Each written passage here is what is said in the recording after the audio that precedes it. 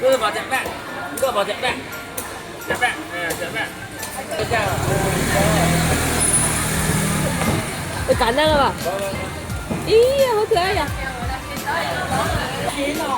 我到这边点那个，哎，这个你叫一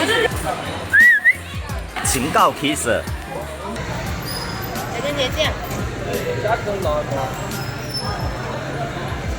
將能呢個正呢個用我等嘅。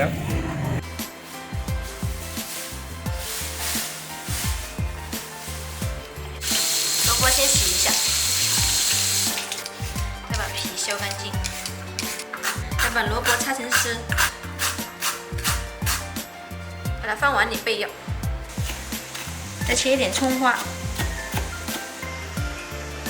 锅烧热，倒一点油，先把白萝卜炒一下，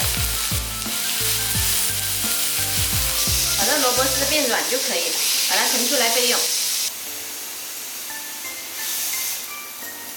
萝卜丝炒好，再来煎3个鸡蛋。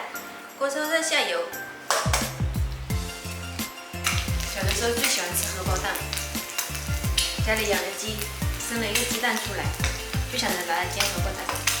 一面煎好了，翻另一面。哇，这个煎的真漂亮，圆圆。鸡蛋煎好了，加入开水，一定要开水哦。再下萝卜丝。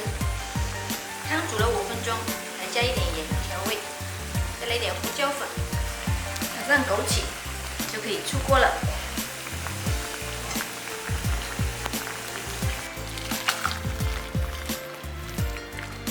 再撒上一点葱花，漂亮一点。煎蛋萝卜汤就做好了，汤鲜味美，鲜香开胃，做法也简单。你们想喝吗？想喝记得关注我哦。